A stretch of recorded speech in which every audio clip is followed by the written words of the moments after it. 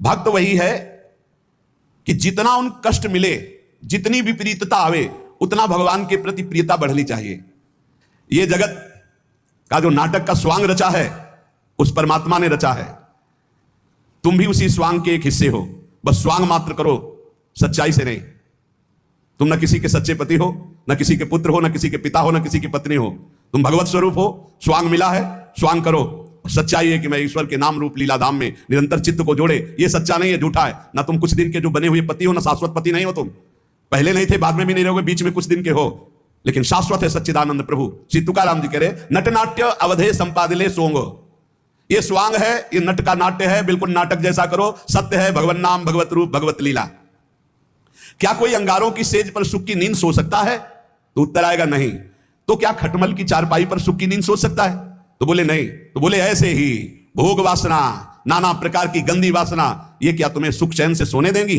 अनंत जन्मों से जलते हुए चले आ रहे हो, आगे भी जलना पड़ेगा। नहीं, आगे बढ़ो, संसार के मार्ग में नहीं, भगवत मार्ग में, तभी सुख से विश्राम कर। गोस्वामी तुलसीदास जी कह रहे हैं, जाकी कृपा लवलेश ते मतिमंद तुलसीदास हूं, पायो परम विश्राम, राम समान प्रभु नाही कहूं। पायो परम विश्राम, आप चैन की नींद। काहू के बल भजन को काहू के आचार, व्यास भरोसे कुंवर के सोवत पाव पसार। चैन की नींद, ये अंगारों की सेज पर पड़ना है, जो भोगों में, जो नाना प्रकार की वासनाओं, मानो खटमल की चारपाई पर। कहां चिंता शोक भय से युक्त कहीं नींद आती है?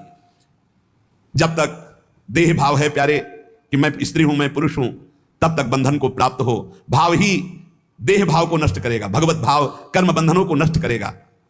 दही मत कर जब उससे मक्खन निकाल लिया जाता है, तो मक्खन छाछ में डालने से ऊपर ही रहता है, कभी डूबता नहीं है। जब तक मथा नहीं गया था तो एक में ही एकम एक था, और जब मथ कर दही को मक्खन निकाल लिया गया तो फिर उसे छाछ में छोड़ दो, फिर नहीं मिल सकता। ऐसे ही खूब नाम जप करके पहले जीवत तो नष्ट कर दो, फिर संसार में रहोगे तो ऐसे रहोगे जैसे छाछ के ऊपर मक्खन रहता है, कभी मिल नहीं सकता। तुकाराम जी कहते हैं, दही से पहले मथ करके मक्खन अलग कर लो, फिर मिलाना भी चाहोगे तो चाहे जितना प्रयास करो मिलेगा ही नहीं। ऐसे एक बार तुम देह भाव से अलग हो, नाम जप करके ऐसा ज्ञान प्राप्त करो, फिर संसार में तुम्हें कोई नहीं बांध सकता।